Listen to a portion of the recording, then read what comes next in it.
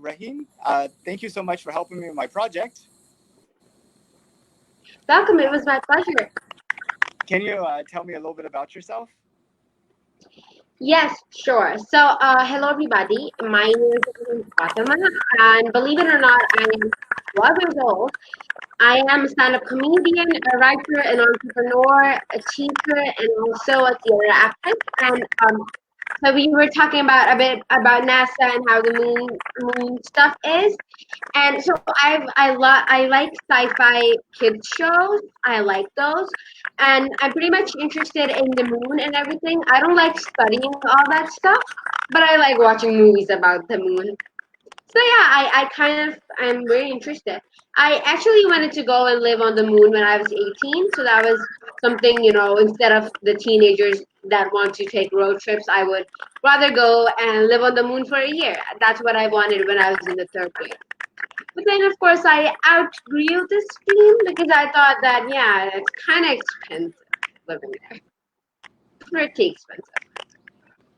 What kid sci-fi shows did you watch?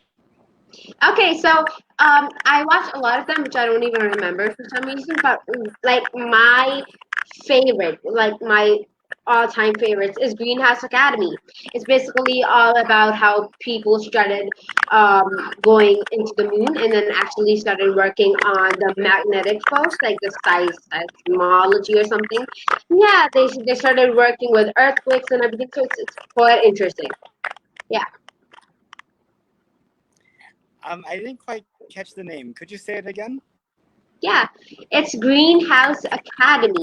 It's a Netflix original show. Greenhouse Abbey. Academy. Oh, Greenhouse Academy. Okay, I have to check it out. And it's a sci-fi show, you said. Yeah, it's kind of sci-fi. Yeah, it is sci-fi. Yeah, it's. I say it's sci-fi. You might not find it that sci-fi. I have to check it out. So did you know that NASA was planning to land people on the moon in 2024? I did not know that, and you just don't know how happy I am because I'm gonna be going there before I turn 18. I'm gonna be 16 when I go there. If I would be part of that mission or something. Yeah. Now, most of the people I've talked to also did not know that we were going to the moon in 2024. What are some things that NASA should do in order to get the word out? Okay, so one thing that I think a lot of times that happens with NASA is that there's a lot of misinformation, and then the true information and the misinformation is, jumbled up because there's a lot of information about NASA because there's a lot of YouTubers making kind of videos. NASA's working for the people on Mars, so there's bizarre things happening on the internet.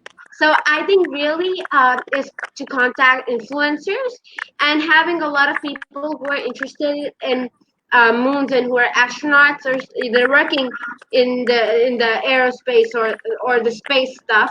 So they get them to have this information, have this on their timeline, so that people could read it up and they know. So because they're influencers, so they would probably know how to market that. That's great. Just out of curiosity, do you know the last time we went to the moon? Like how long ago it was? Like I have approximately. no idea. What do you think about 1972? Yeah, 1972. Was that Armstrong? That I don't know. Armstrong and Buzz Aldrin landed in 1969. So that was the first time, and then the last time was 1972. We are pretty genius people. I thought it would have been 1972 or 1980s, but we figured the space out pretty well. Yeah, yeah. But does it surprise you that we haven't been to the moon in the past 48 years? It does, because I thought that if like after this Armstrong was like there for the first time, and then after the second time, but what I really think we should have gone there once. I mean, I think because also because of the fact that for 48 years They got so lost in research and satellites and so much that they just lost track of time or something through this 48 years and forgot to go on the moon. And Yeah, that's I don't think it's a definitely a matter thing. of I don't think it's a matter of forgetting. I guess the one of the reasons why we went to the moon was to try to beat the Soviet Union. Soviet Union had launched the first satellite, launched the first person in space. They've done like all these things, and the U.S. couldn't even get anything into orbit. And so then we sort of put the moon out there as a way to sort of catch up with them, and then show that we were more technologically superior. And then once we landed on the moon, then like the people are like, okay, well you did it, so now let's use that money for something else. I think was the sort of what happened. Yeah, because I guess like NASA's quite rich. I mean, yeah, it has a lot of money. But what I really think is that it would take a lot of money to get to the moon because it's not just the fuel, it's also the astronaut and probably the food and everything, and the oxygen and the dress. Well, I mean, one thing to consider is rockets. We've often just throw them away. We use them one time, and then every time that you want to launch something, you have to build a whole new rocket. Um, and one of the things that's changing with this time is there's a company called SpaceX that's SpaceX, making yeah, a. Oh, you're familiar with it. What have you heard of yeah. SpaceX? Yes, I have a lot of Elon Musk everywhere. Yeah, because I was actually reading up with SpaceX because I needed to catch up on some of Tesla and Elon Musk and a lot of things.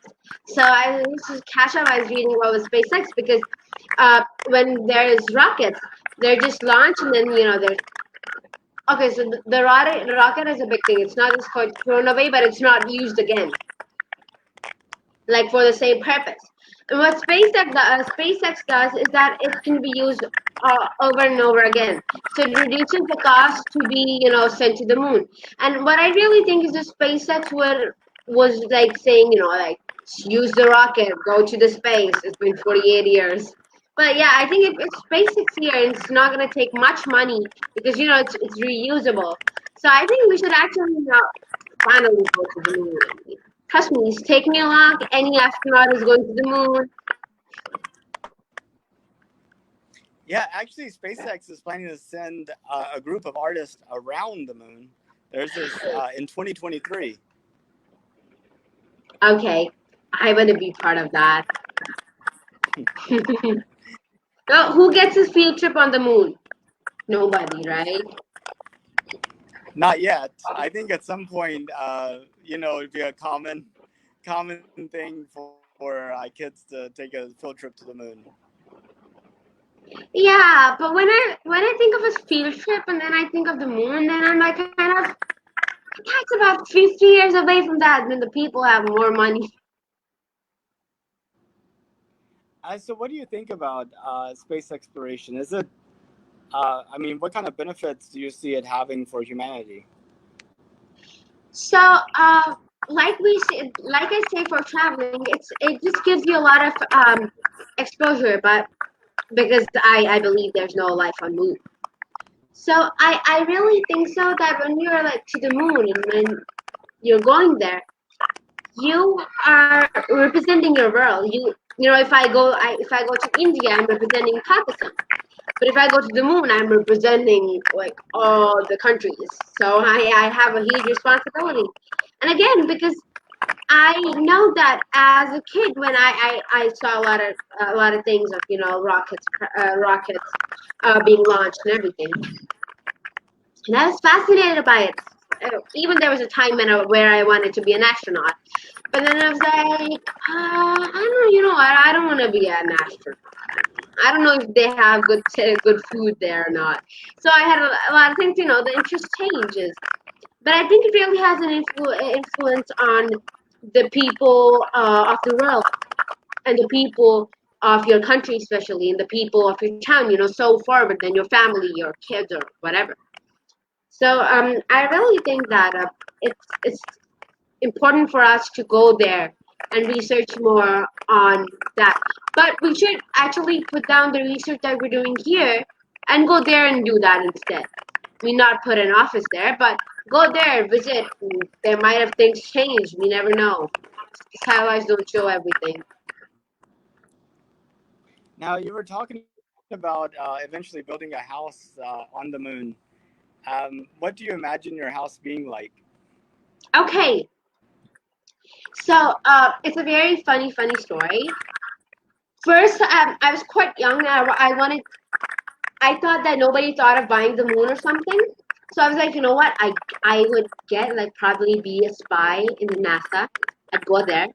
I just treat NASA people nice, and they'll let me go to the moon. I get to the moon, I see it, and I decide where my house would be. And then I, take over the entire place. And then I sell those residential plots because I had some of my family members in that residential plot kind of business. So I knew what those were. So I was like, you know what? They'd buy the place, build huge mansions, and I would have my mansion, a huge mansion on the moon. Who gets to have a mansion on the moon? Me. So yeah, I wanted to have that. And then I was a third grader. I was about 8 years or maybe 9 year old. And we were actually studying about the space at that time. We were studying about who Neil Armstrong was. Yeah, I think that was his name. Yeah, so we were studying about the moon and a lot of things about the moon and how the space and the gravity and the phases of the moon. So it was all about space at that time. And I was like, I came home and the entire day I was wondering. I remember this. The entire day I was wondering that I really want to make a trip to moon when I turn 18. I'd be old enough to live alone because I don't want to take my parents along there. You know, I don't want another person. I want to be the only person living there. And I was like, I turn 18, I go there. So I told that to my friends and they were laughing. They started laughing. So I was like, am I seeing something wrong? I mean, people make their visits. I lived there for a year. I turn 19 and come back. But yeah, I would be because I knew a few facts about there. So I was like, I would take my own food cans because we had quite young food cans. So we were like, I just carry up some peaches and some yummy mushrooms and stuff, and I'd go there. And because I didn't even know much about gravity, but I was like, let's just go there and ask NASA, and actually go there as a spy or ask NASA, let's provide me oxygen and the suit and most of the things to let me live there for a year. And I imagine my house to be like this huge mansion. Not this like super huge mansion like those rich people want, but the huge mansion as in uh like a big place, but a very cozy one, like a very home feeling kind of person with a couch and it would be mostly like a place, like a normal house, like a cool house here.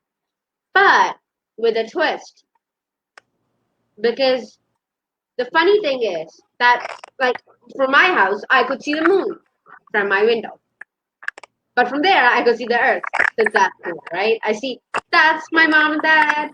So yeah, and I cannot call my mom and dad. So I have no text from there. That'd be cool.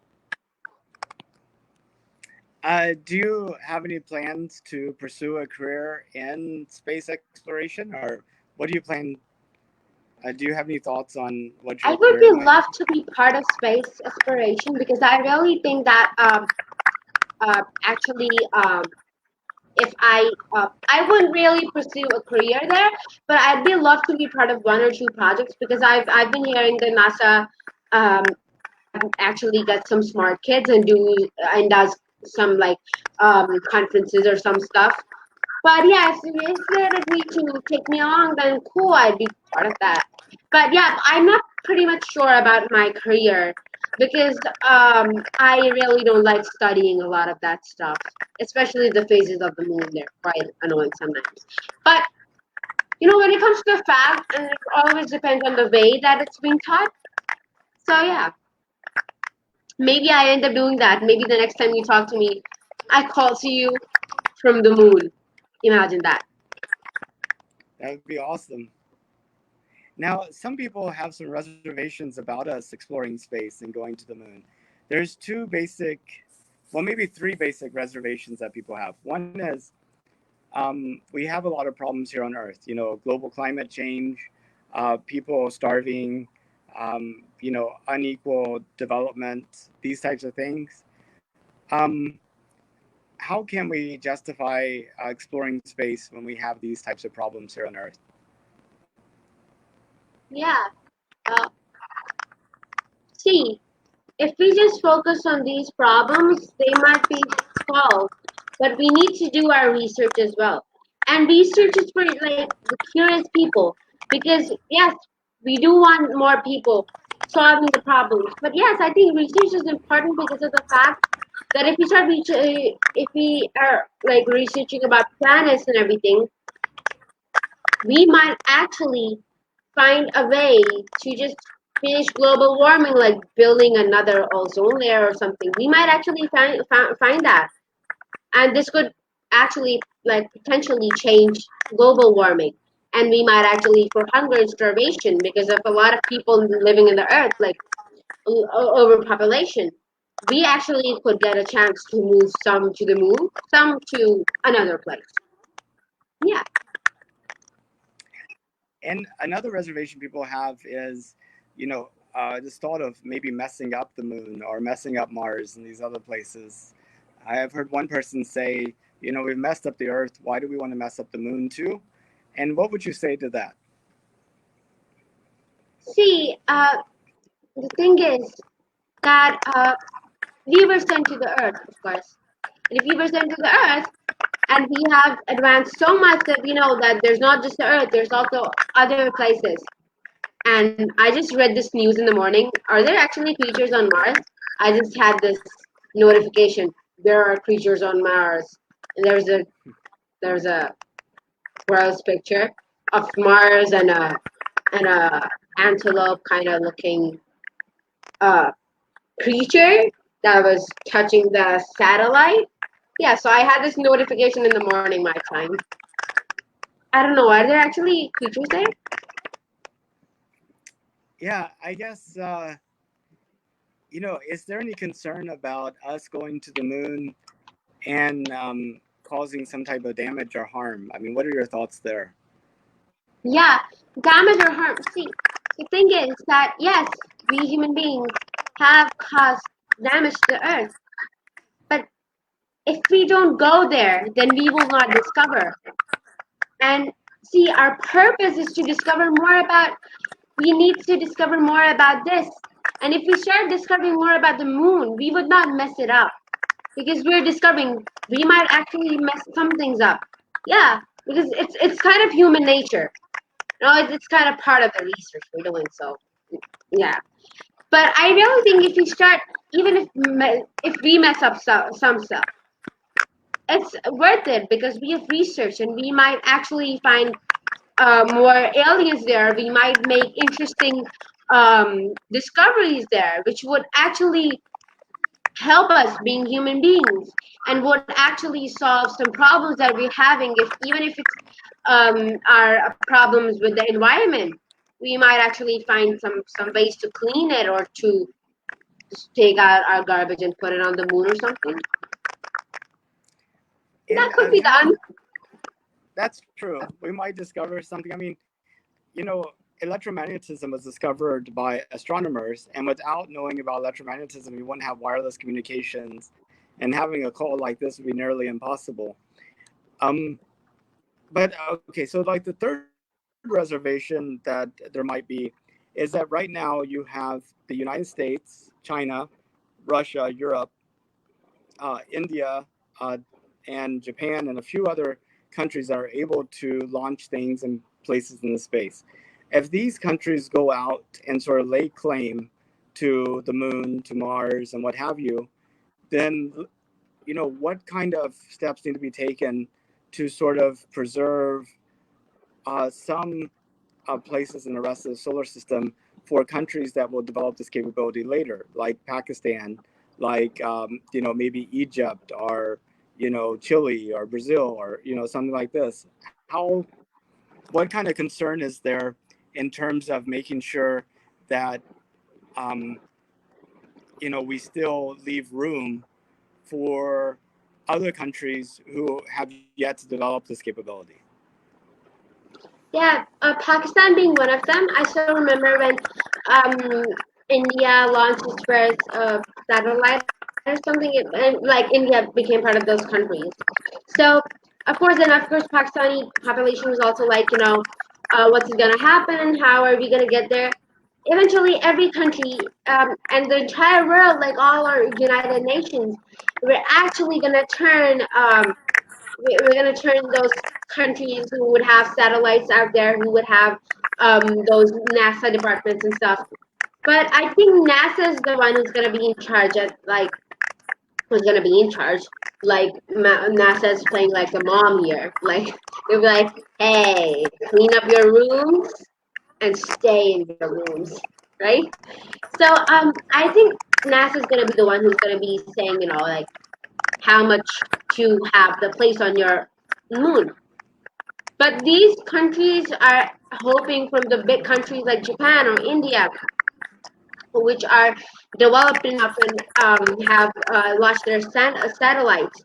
So I think we are never sure because we just have one country take over the moon. Like this could happen maybe tomorrow, but we are trusting them, and we are actually happy for them because what they did is with a collective effort. And yeah, I think we're just trusting them. We're just counting on them for this one. Right. But how widespread do you think people are willing to trust one of these existing spacefaring countries? I mean, I think there are some people that would not trust them. Yeah, there's always some people who are not trusting. I mean, I know people who are not trusting. But so like I remember there's a lot of things when India because we share the border, so we do have some problems. But again, India is our neighboring country. Once we were one, and we still are. I mean, we even if we have fights, we have wars, but we're still gonna be one because we're part of this world. And if it's us in Japan and us in America, we do a lot of us having troubles, doing that. I remember interestingly, there was so a few days earlier before one of my comedy shows, the India moon thing happened.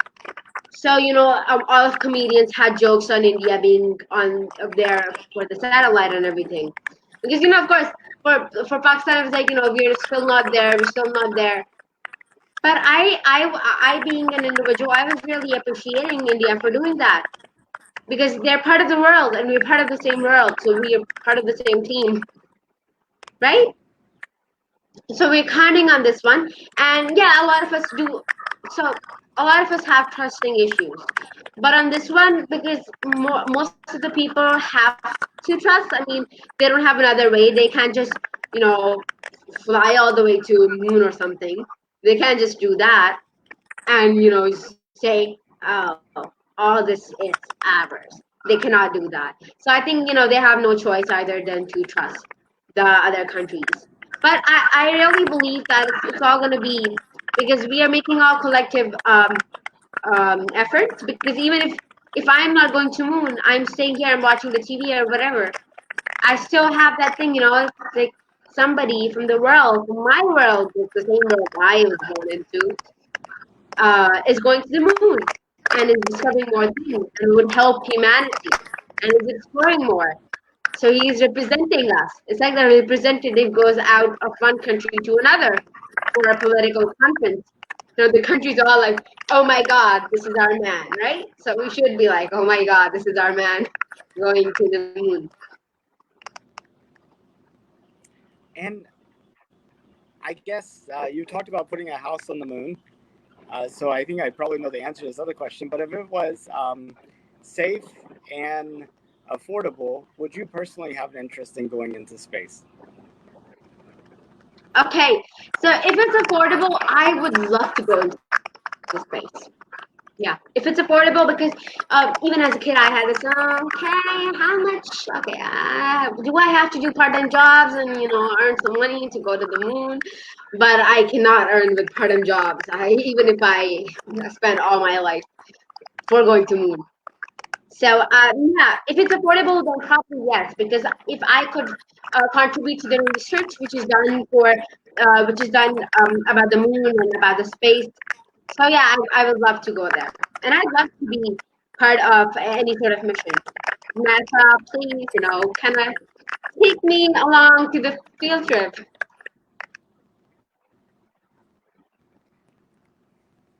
That's awesome. And I guess before we close up the interview, is there anything else that you think might be worth talking about or saying?